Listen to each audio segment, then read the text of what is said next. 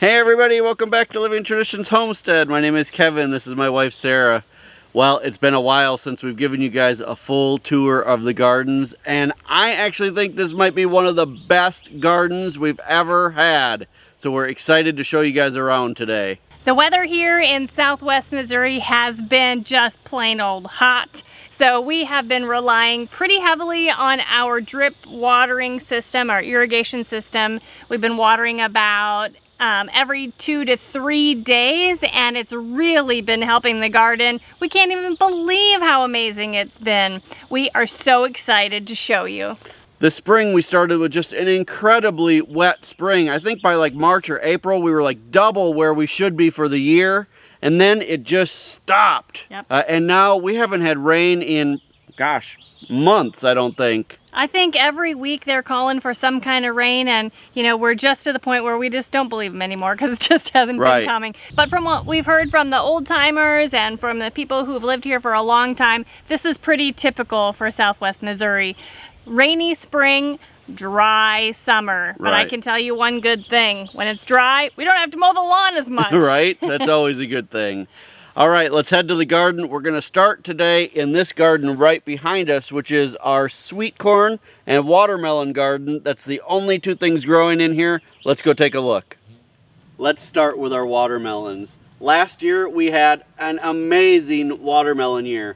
So this year we're planting twice as many. We're actually planting the same variety we did last year, which is called Strawberry, which is an heirloom variety watermelon, and then we're trying a new one this year called Crimson Sweet. Now the Strawberry is a long watermelon. They get to be 20 to 30 pounds. The Crimson Sweet is a round watermelon, and they get to be about 15 to 20 pounds. Both of them are doing amazing. One problem that we had last year in this garden is that we planted our watermelon back here, and then in this front section where we're doing the Crimson Sweet this year, we planted cantaloupe. The cantaloupe attracted so many squash bugs and cucumber beetles that they were actually even getting onto our watermelon plants and causing some harm there. So this year we decided not to do cantaloupe at all and do two varieties of watermelon instead. And I haven't seen a single squash bug or cucumber beetle in this garden, which is awesome. We have to walk past this area every day when we feed the pigs, and I've been watching these vines just explode over the last couple weeks. And yesterday I stopped for a while and started really looking around, and I'm starting to see some watermelons coming on, so I thought we would look a little further today while you guys are along and see what we can find. Sometimes they're hard to see because they blend in with these leaves really well. Let's start with the Crimson Sweet and see if we can find some of those starting to come on. All right, so I do see a little bitty Crimson Sweet down here, and that is looking good. These vines are looking so healthy. Oh, there's two of them right here that are a little bit bigger. Look at these, probably a little bigger than a softball. Like I said, sometimes these are so hard to find because they match in with the vines so well. Oh, here's an even bigger one. Nice. I think that's a good sign to start seeing that many this early in the season. Here's another little one starting to come on. These are just really starting to come on well, and there's a ton of blossoms, so I'm excited. It's going to be another good watermelon year. Let's look for the strawberry watermelons. All right, so here's the strawberries, and you can see these are coming on nice too. Here's two of them right here. I see two more little ones there. Another one over there. Oh, look at, here's a really nice one. Wow. Ooh, and a ladybug. That's a good sign. Let's keep looking a little bit. I just found a huge one. Let me show you guys. Step in here without hurting the vines. Look at that. Now, it's only been about, I don't know, 5 or 6 days since I've been in here looking at these, and I swear there weren't any a few days ago, and all of a sudden they're huge. This is what I love about gardening, is that it's like going to it's like being a kid in a candy store every day. You come outside and there's just so many awesome surprises. I am excited about watermelon season. But for now, let's head over and look at the corn.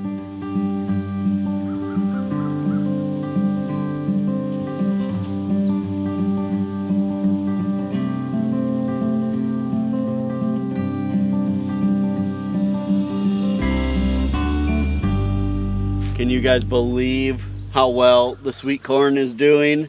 This year we're planting the peaches and cream hybrid sweet corn, and it is just doing amazing. We planted 16 50-foot rows, which many of you have let us know is going to be way too much corn. If we don't have time to harvest it all as sweet corn, we'll let some of it dry on the stalks, and we'll use it for animal feed or for grinding up for cornbread and things like that. But look at how awesome that this is doing. It's already starting to put on ears. I just couldn't hope for anything better than how this is doing. At this point now, it's just kind of on its own. I've come down the rows a few times with a little hand cultivator when they were smaller, but now they're so big it's getting hard to get through the rows to do that. So everything's just on its own at this point. Other than watering it, like Sarah said, every 2 to 3 days we're watering now and just giving it a good soak.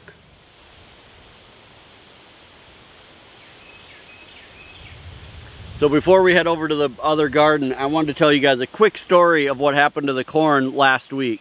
We were watering the 2 gardens, and typically we let the watering system run for about 2 hours. Well, we sent the kids out to turn it off after the 2 hours, and they accidentally only turned off the water to 1 garden. And this corn garden ended up getting watered for about 9 or 10 hours before we realized that the hose was still on. And then that night we got a big windstorm, and it blew over about a quarter of this corn. This was pretty much tipped over this whole side of the corn here. But after just a few days, it stood back up all by itself, and it's doing great. So we're amazed. We thought we were going to lose a bunch of the corn, but it looks like it's going to be okay. If that happens to you, maybe not all hope is lost. We thought sure we were going to lose a bunch of our corn. Well, the watermelon and the sweet corn are looking fantastic, but you guys, this entire garden looks so amazing. Like we said at the beginning, we really think that these are the best looking gardens we have ever had, and things are so productive. It's such a blessing. Now these 2 rows here are our green beans. They're contender beans. They have been just loaded with green beans. In fact, just a couple days ago, we did a big harvest. We harvested 16 pounds of green beans. The girls snapped all of them for me, and I was able to pressure can 18 quarts of green beans. But that hasn't been the first time we've done that. We've already canned at least 12 quarts, and these guys are just getting started. I can't wait to get into dilly bean canning. I love dilly beans, our family loves them, and this year I'm gonna can a bunch. But the green beans aren't the only beans doing great. Our pinto beans are fabulous. Let's go take a look.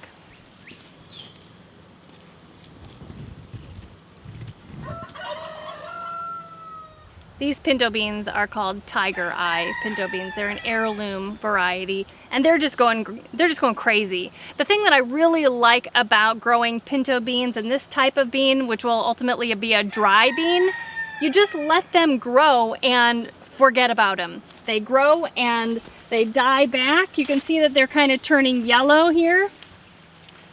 And you just harvest them to use dried throughout the year. They store fabulously, and then you just soak them, cook them, and eat them throughout the winter.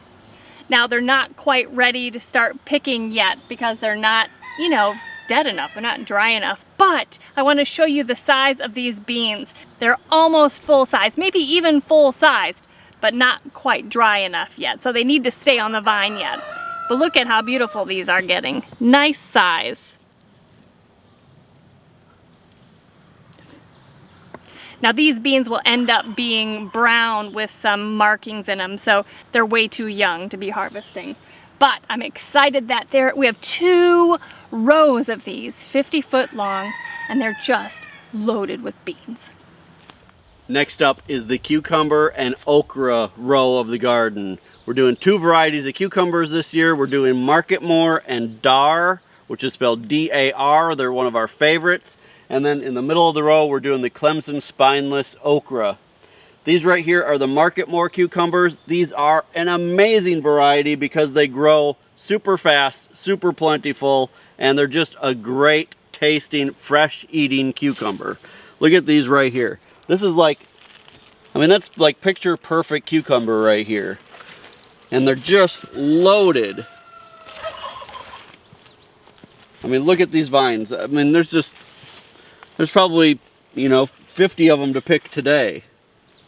Now, we are a couple days behind on picking cucumbers because we've been getting ready for my mom and dad to arrive, and they should actually be arriving later this afternoon. So, one good thing is we have some extra mouths to feed now, which is great because my mom and dad both love cucumbers. And the other nice thing is, on these ones that get too big and get kind of too seedy or overripe, the pigs love them. So there's no such thing as a cucumber going to waste. On our farm, everything gets used. So again, these are the Market More. I highly recommend you guys try these in the future. We grow this variety every year. Let's move on to the Dar cucumbers, and then we'll take a look at the okra. So these are the Dar cucumbers, and you can see that these vines don't grow quite as tall. These are technically considered more of a bush cucumber, although they do climb a little bit. So they don't get as big as the Market Mores, but the cucumbers themselves are awesome. They're a great pickling cucumber, which is why we like them so much. Look at this huge cluster of them right here. Now, like I said, we're behind on picking by a couple days, so you can see like this one has gotten overripe, but the pigs will absolutely love that. So, like I said, nothing will go to waste. But these other ones are perfect to either cut and pickle or to eat fresh. Last year we had a terrible cucumber year. I think off of like 10 plants we got about 4 cucumbers total. I don't know what went wrong last year. We were just cursed with cucumbers, but this year they're doing great. So here are the okra. Now they are just starting to flower. These things will be 8 feet tall by the time we're done with the summer, but they are looking really good. I did notice just a couple little baby okras starting to come on. Probably be ready to pick in a day or two, but these are another one of those things that when they start and they start producing, you could be out here every day picking okra, which is great because I love okra. I love to eat it, honestly, just fresh right out of the garden, which I know not many people do. It's also good steamed and, of course, fried. Who doesn't like fried okra? So I'm excited about this, and these plants are looking amazing.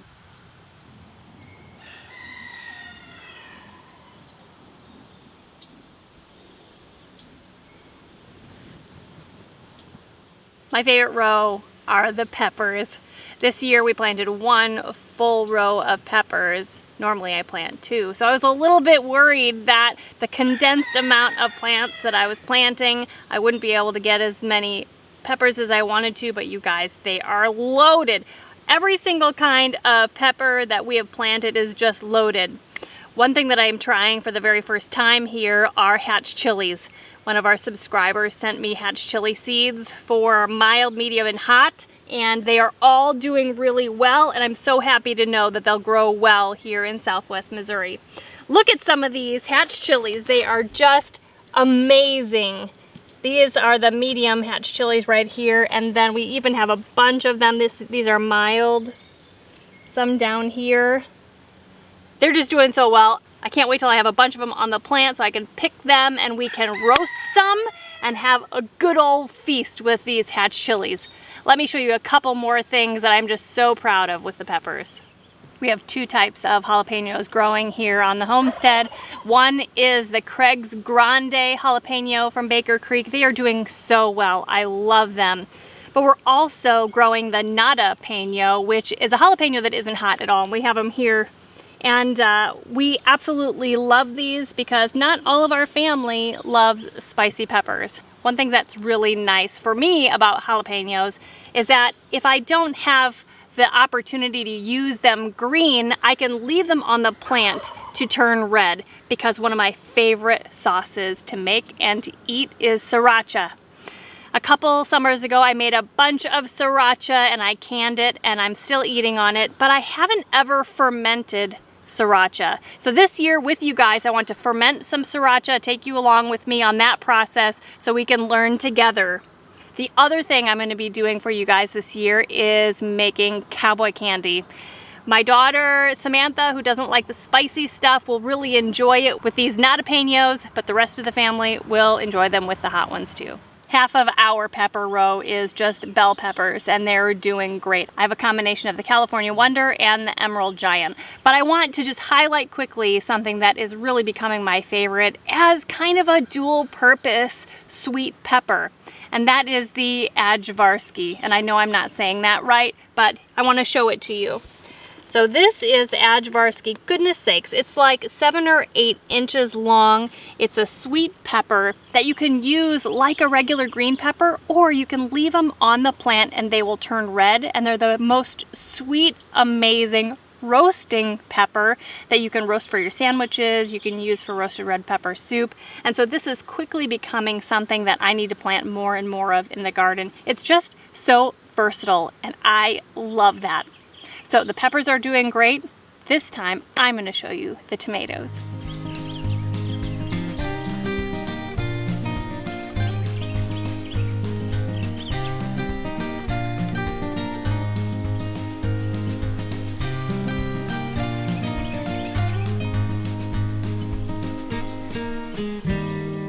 You guys, our tomatoes are doing so awesome. Our rock star tomato variety is the Jet Star. Now they're a hybrid, but we love them because they are just such strong plants and great producers. Let me show you this cluster of tomatoes that is just amazing. I can't even believe it. These tomatoes are huge, 2, 4, 6 of them right here. Oh my gosh, these are just going to be amazing on sandwiches. I also use these to can tomato, like diced tomatoes, and use them in my chilies and all that kind of stuff over the winter. But they are just producing all the way up, and these plants are so gorgeous. We have a 50-foot row of these, just the Jet Stars, because they're so amazing. They're doing well with the clips that we've been using, and the copper supplement that we've been using to keep diseases away are really working nicely. Let's jump over to the next row so we can see what's going on over there. Our second Old Faithful are called Jet Setters. They're really a sister to the Jet Star, but they are supposed to produce earlier. I'm not sure if that's actually really happening because our Jet Stars are doing so well, but they also have phenomenal tomatoes on them. Look at how big these are. They're just doing so well.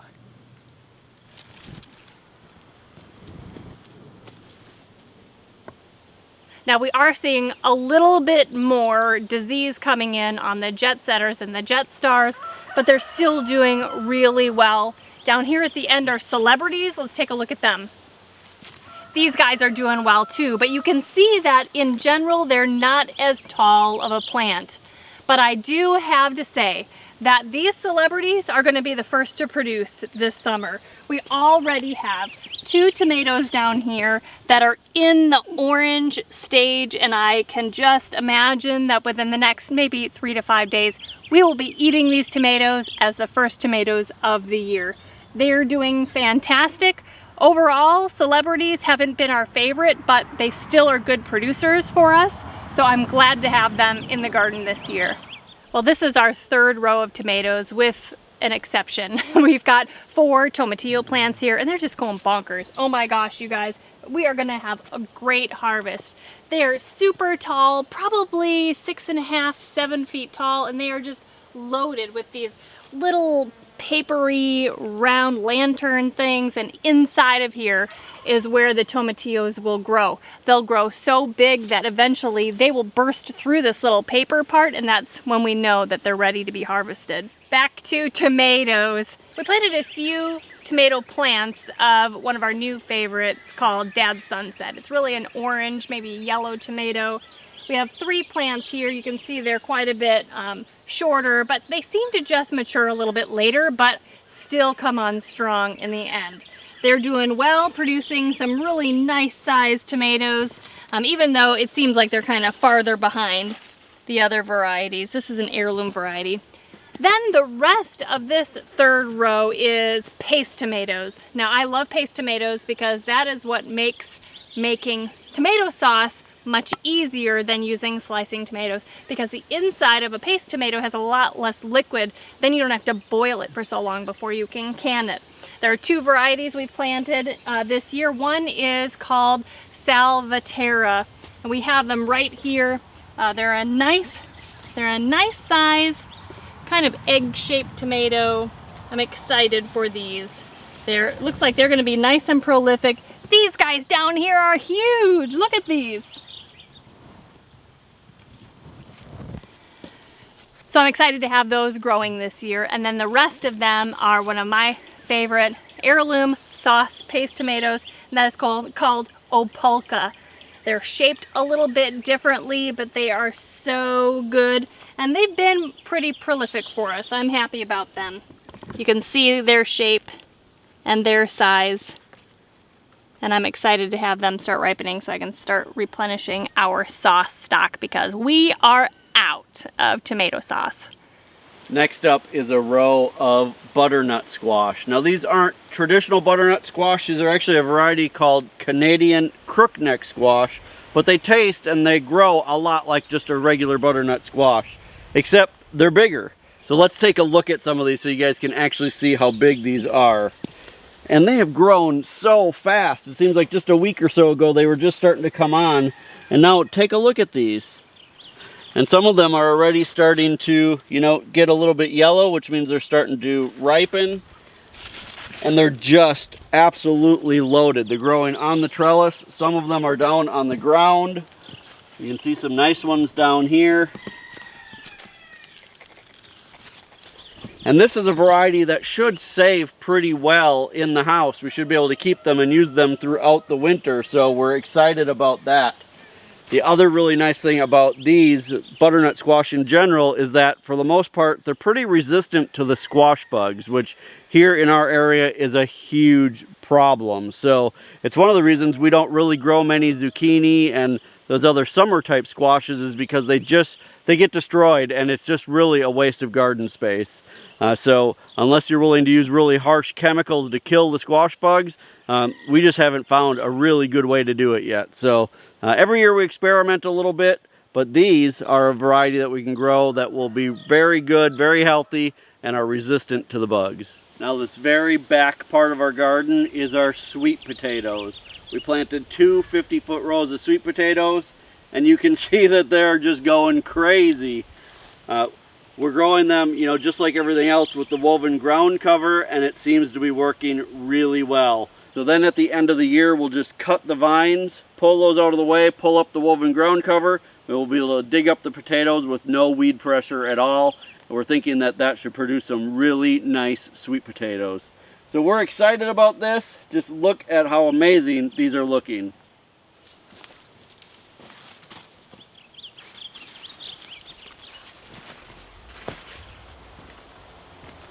So what do you guys think of the garden so far? We think it's awesome, and like we said, we really think this is going to be the best gardening season we've ever had.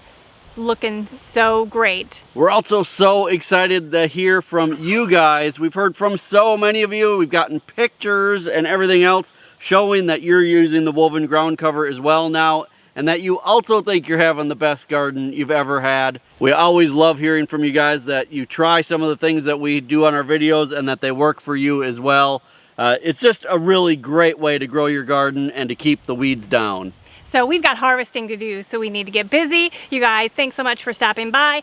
Make sure that you hit the subscribe button so that you're notified of our upcoming videos, and we'd love it if you would share our videos on all your social media. Until next time, thank you so much for stopping by our homestead.